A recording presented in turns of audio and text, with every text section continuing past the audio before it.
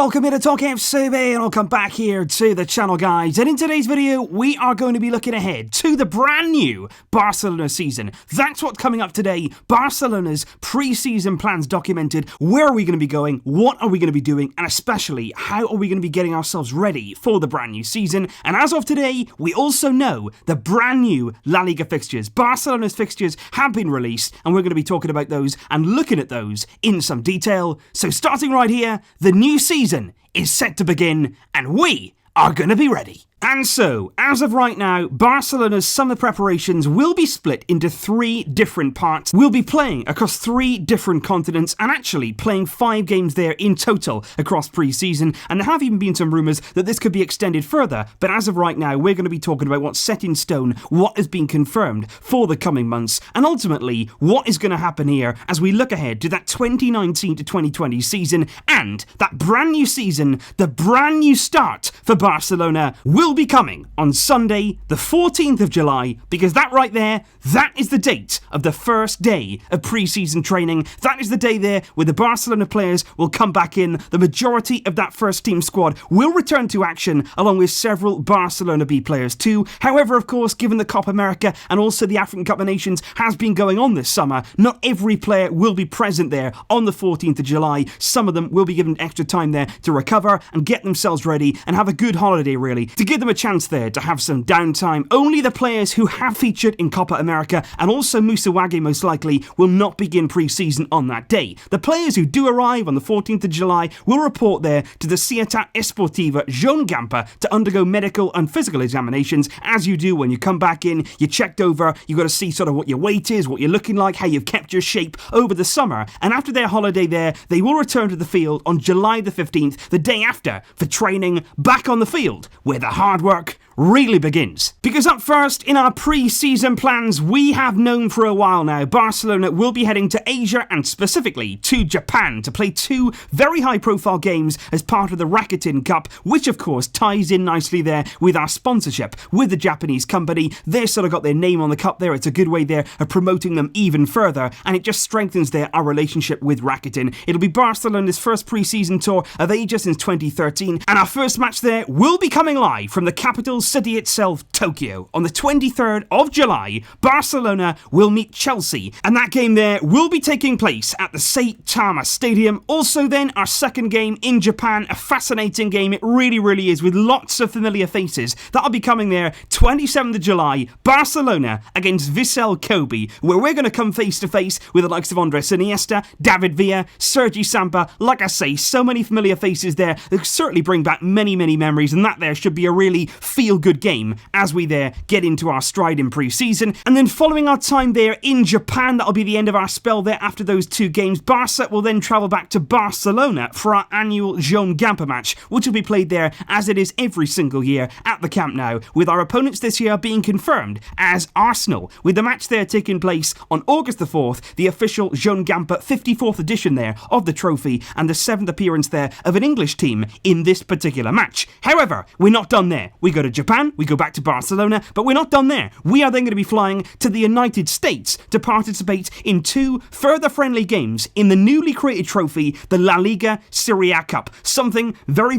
new, very different, which will be contested here by teams from the Spanish and Italian top flights. And this year will be the 9th time that Barcelona have visited the United States, and indeed the 3rd year in succession that we will have played stateside. 7th of August, Barcelona against Napoli. That'll be coming there from the Hard Rock Stadium in Miami, a stadium there Barcelona visited back in the summer of 2017 when the first ever Clasico match outside of Spain did take place. Barcelona on that day 3-2 winners in Miami. And then on the 10th of August, in our second and final game in the United States, our opponents once again will be Napoli. 2 games there back to back. Barca against Napoli, this time coming from the Michigan Stadium, which has a capacity there which eclipses that of the Camp Nou with 107,000 seats in total. So right there, 2 games in Japan, fly back to Barcelona Barcelona, Joan Gamper against Arsenal, fly out to the United States, 2 games there, both of them against Napoli. That's 5 games in total, giving ourselves there some serious preparation ahead of the new season. But my question here is it too much travelling? Is it too much there, going to Asia, back to Barcelona, out to the United States, back to Barcelona then for the start of the new season?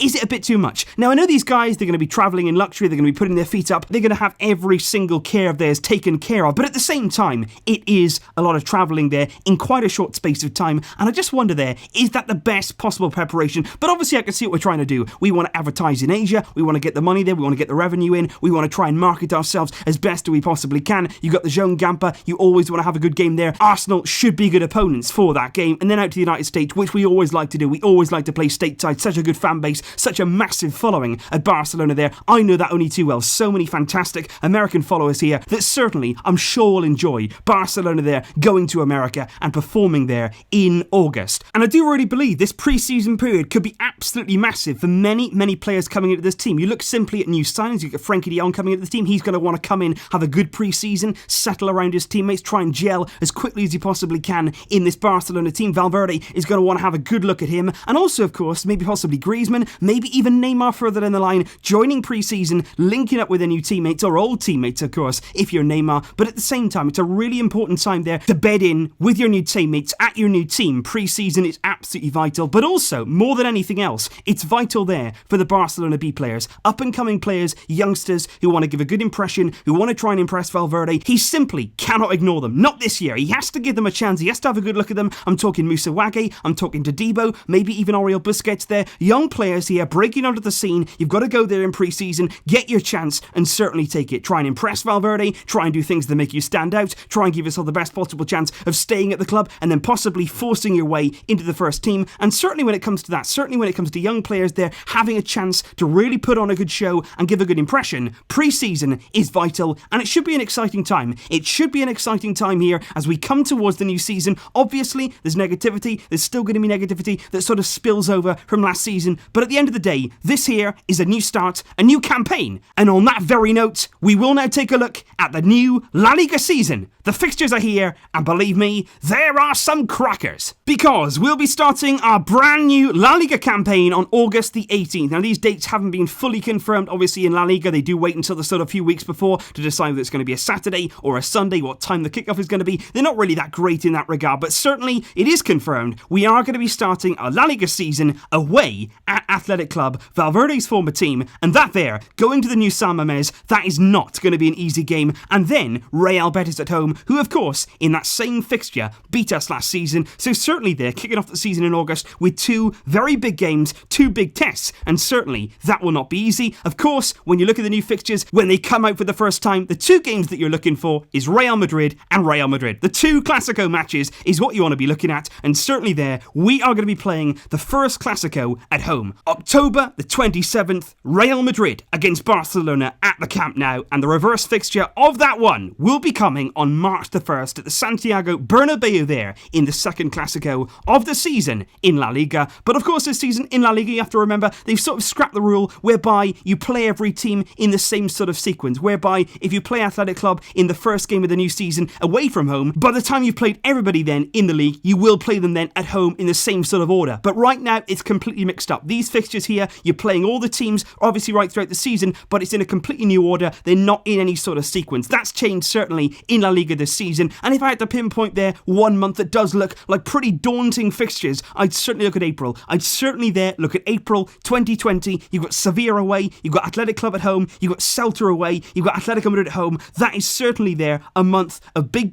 games. And even then going on to May, Villarreal away, Espanyol at home, and we finish the season there at home against Osasuna and then away at Alaves. That's our final 2 games there. Osasuna promoted to La Liga along with Mallorca, and also there Granada back in La Liga. 3 of the newly promoted teams back in the league, and it should be a very exciting campaign. And I think the most important thing here, as a Barcelona fan, we have had disappointments. We have had really low times, of course, under Valverde, and that hasn't really changed. Valverde is still going to be in charge going into this season, but at the end of the day, we still support Barcelona. We still love Barcelona. We still want Barcelona to win, and for that reason, let's just go into this new season with an open mind. Let's see what happens. Let's have some positivity. Let's have some good energy. We are looking forward here to seeing the likes of Frankie de Jong pull on that Barcelona shirt. How will Lionel Lionel Messi perform once again in this Barcelona team, and of course, we could have some exciting new forwards coming into this team for the new season. All of that will be coming up shortly. Lots more news to come, lots more videos to make. I'll see you guys very soon. Leave your thoughts in the comments down below on our pre-season plans on the new La Liga fixtures.